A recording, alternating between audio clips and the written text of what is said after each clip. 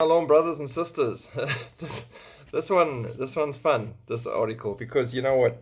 When I was in school, many years ago, when we used to walk across the plains and track through the icy drift, like when your parents went to school back then, I loved history. History was one of my favorite subjects, and so this really touches home for me. Japan and Germany are again preparing for war. Right? That's the headline. Japan came out of it really badly. She was part of the Axis. Japan, Germany, Italy, the Axis powers. And Germany as well did not come out of World War II very well. Massive suffering there. But those were the consequences of what happened in that war. Now, we're back at the point where Japan and Germany are preparing for war. Memories of World War II still cause anxiety in both countries, but a rising generation feels less constrained and less sure of the United States in the face of Russian and Chinese aggression. The German Chancellor Olaf Scholz has called this moment a historic turning point.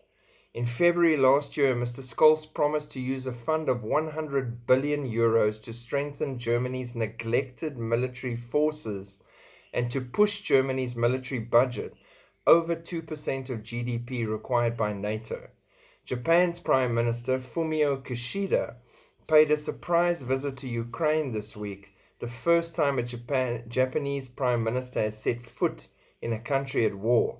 Though still constrained by pacifist constitution drawn up after World War II by American jurists, Mr. Kishida has vowed to boost defense spending by 50% over the next 5 years and to acquire missiles that could strike enemy targets if Japan is ever attacked.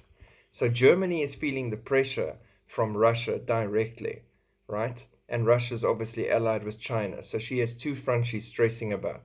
And if you've watched the news articles and the ones that slipped through the cracks over the last year, Germany's very much on the edge. She's trying to decide which way she wants to go. She doesn't really want to upset Russia by the looks of it. So she's being swayed by prevailing forces. Japan is afraid of the tension that's ramping up in her region. North Korea lobbing missiles towards and over Japan regularly, and the tensions rising in that part of the world, and with China in her backyard. And now both these countries that were once part of the Axis powers are now having to look to prepare for war again, as World War III stands at the door knocking. Fortunately, again, we don't have to participate because we should be gone. God bless. Keep looking up. Shalom.